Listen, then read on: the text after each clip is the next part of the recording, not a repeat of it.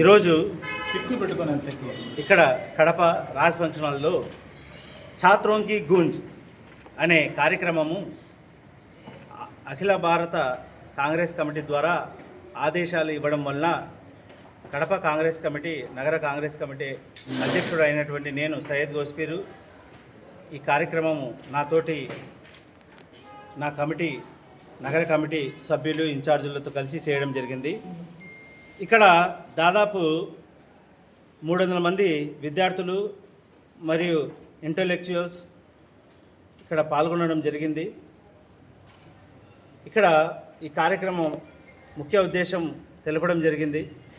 ఈ కార్యక్రమంలో ఏ పార్టీ పేరు ఎత్తకుండా, ప్రభుత్వం అనే పదం కూడా వాడకుండా కేవలం విద్యా వ్యవస్థలో మార్పు చాలా అవసరమనే విషయాన్ని తెలపడం జరిగింది.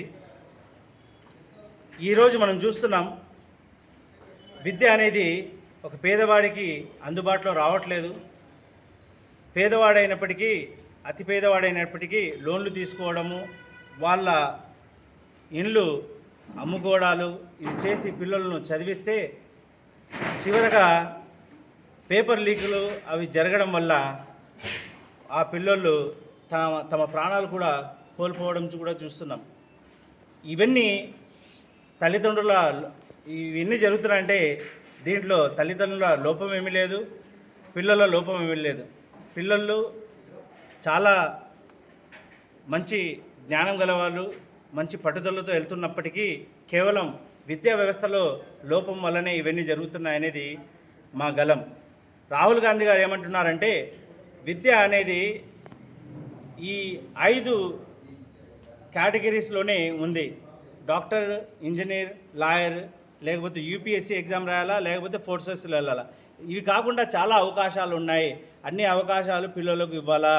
కేవలము ప్రతి 100 మందిలో 20 మంది ఇంజనీర్లకు ఉద్యోగాలు వస్తే మిగతా 80 మంది పరిస్థితి ఏంటి? మంచి విద్య అందుకోవాలంటే సామాన్యునికి, పేదవాడికి అందుబాటులో ఎందుకు రావట్లేదు అనేది ఈ సమస్యలకు 3 పరిష్కారాలు రాహుల్ గాంధీ చెప్పినారు. అదేంటంటే, మొదటిది, పిల్లలకు వాళ్ళ కళలు ప్రకారం వాళ్ళు వెళ్ళేదానికి తల్లిదండ్రులు, సమాజం, విద్యా వ్యవస్థ సహకరించాల. పిల్లలు వాళ్ళు ఏదైనా ఆథర్ కావాలంటే, ఏదన్నా మంచి ఆస్ట్రోనాట్ కావాలన్నా, పైలట్ కావాలన్నా వాళ్ళ కళల ప్రకారం తల్లిదండ్రులు కానీ సమాజం కానీ వాళ్ళకి ముందుకు తీసుకుని వెళ్ళాలా. వాళ్ళ మీద ఎటువంటి ఒత్తిడి తేకూడదు అనేది మొదటిదైతే.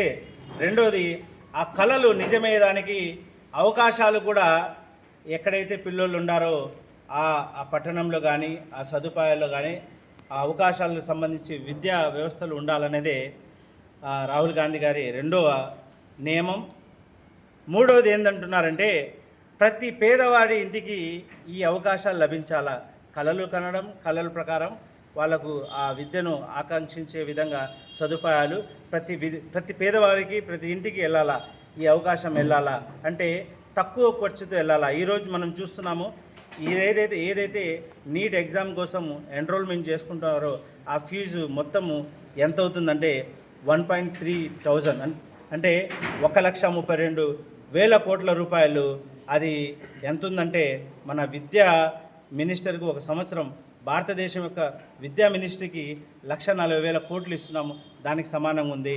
అదేవిధంగా 10th క్లాస్ ఎగ్జామ్ గురించి కానీ, ఆర్ఆర్బి గురించి కానీ, అదేవిధంగా ఆర్ఆర్బితో పాటు నీట్ కానీ, అదేవిధంగా ఐఐటీజీ కానీ, అదేవిధంగా ఇవన్నీ తీసుకుని వెళ్తే ఇవన్నీ 3,50,000 కోట్లు దీని ఆదాయము కేవలము ఈ ఎగ్జామ్స్ వల్లనే ప్రభుత్వానికి వెళ్తే, ఆ డబ్బు మొత్తము కేంద్ర ప్రభుత్వము 4-5 మినిస్ట్రీలకు ఇస్తుంది.